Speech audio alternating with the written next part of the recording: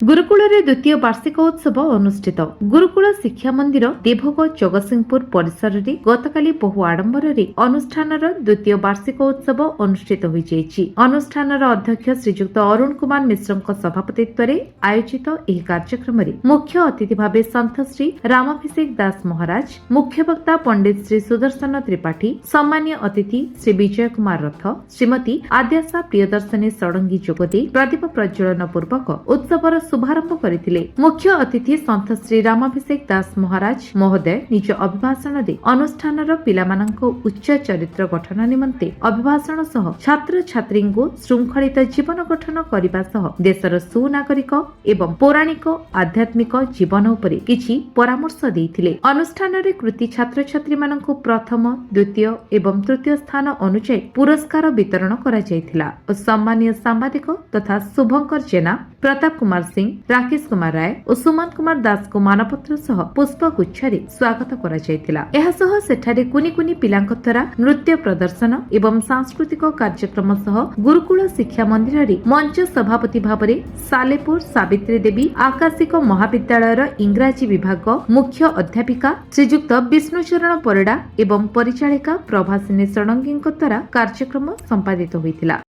नमस्कार, सेक्रेटरी अच्छे आद्याशा प्रदर्शनी षडंगी। तो आज आमर वार्षिक उत्सव गुरुकुल शिक्षा मंदिर आज विभिन्न प्रकार आरेंजमेंट रखा जाइए।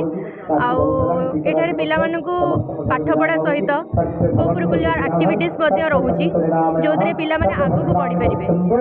विभिन्न प्रकार नाच गीत खाली नुहे कि पाठ पढ़ी सीमित रही सब पिला प्रति कौ पिलार कौथिरे इंटरेस्टेड सी कौथिरे आज पिलांकर नृत्य परिवेशन अच्छी, गीत अच्छी, नाच अच्छी, विभिन्न प्रकार एक्टिंग ये सब जिनस एठारे बोर्डिंग रोचे पिला रही पाठ पढ़ुचंदी। जेमती गुरुकुल शिक्षा मंदिर एटी गुरुकुल रे जेमती पिला माने रही पाठ पढ़ंदी आमर भी से सुविधा रही। एठारे पिला माने रही पाठ पढ़ुचंदी आउ एठारे गुरु माने भी एठारे उपस्थित रही शिष्य मानक भी रखी पढ़ौचंदी। सुदर्शन त्रिपाठी जगतसिंहपुर वैदिक कर्मकांड सहित विभिन्न शास्त्र उपर प्रवचन करे। आज आमर जो गुरुकुल शिक्षा ये आमर अनुष्ठान चली बड़ सौहार्दमय अनुष्ठान एवं छोट छोट पिला माने गुरु माँ माने बहुत आसछंती एवं ये शिक्षार आभिमुख्य जो आमर संपूर्ण वैदिक परंपरार कथा अच्छी आमर धर्मशास्त्र आमर पुराण रे गुरु मान को केमिति सम्मान दिया जाए एवं शिष्य मान केमिति गुरु मान सदाचार ज्ञान आहरण करती, जीवन बंचार ज्ञान आहरण करती। आम बर्तमान जो सब प्रकार व्यस्त विव्रत हो जाते छोट छोट कथा भितर पढ़ले छोट छोट पिला माने देखिए बर्तमान आत्महत्या कर दौरान सामान्य कथा भितर, किंतु गुरुकुल शिक्षा रे धैर्य दि जाए पिला शिक्षा जे कौन प्रकार परिस्थिति आसे पछे कौन प्रकार धैर्य हरईकरी शिक्षा क्षेत्र ज्ञान क्षेत्र विच्युति हेनी सब निजर कॉन्फिडेंस आत्मविश्वास गुरुकुल शिक्षा दि जाए।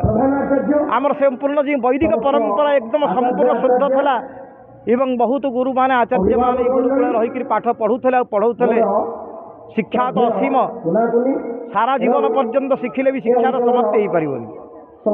तेणु ये गुरुकुल शिक्षा पिला नैतिक शिक्षा दि जाए, संसार शिक्षा दि जाए, संसार भीतर रही जीवन बंचार शैली जिति प्रकार दुख परिस्थिति आसे कौन प्रकार परिस्थिति विचलित न होकर धैर्यर सहित विद्यार साधन करवा ज्ञान साधन करवा ये हूँ गुरुकुल परंपरा लक्ष्य। तेणु से अनुष्ठान चली समस्त सत्रम जय जगन्नाथ।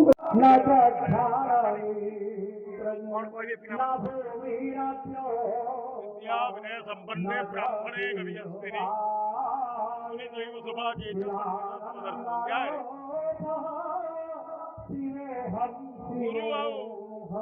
गुरु माँ विद्या प्रदान करी सुधा चारित्रिक शुद्धि उत्तम शिक्षा ज्ञान खाली ऊपर गुरु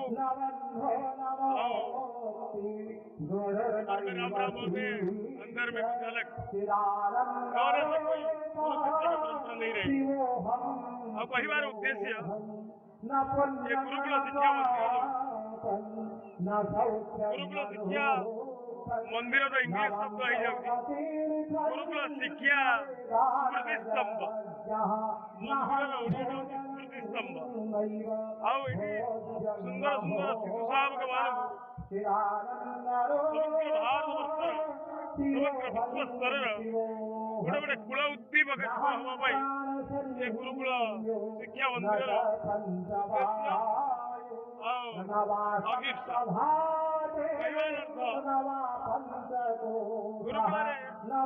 का शिक्षक माने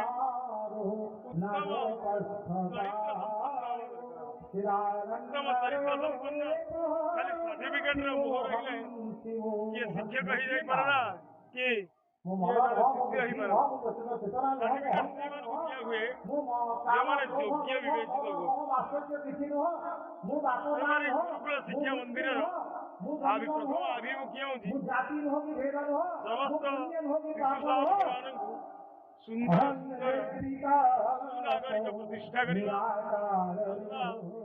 निर्माण प्रतिभा उत्तीर्ण अभाव जगतसिंहपुर राकेश कुमार राय रिपोर्ट विश्व विजय न्यूज ओडिशा।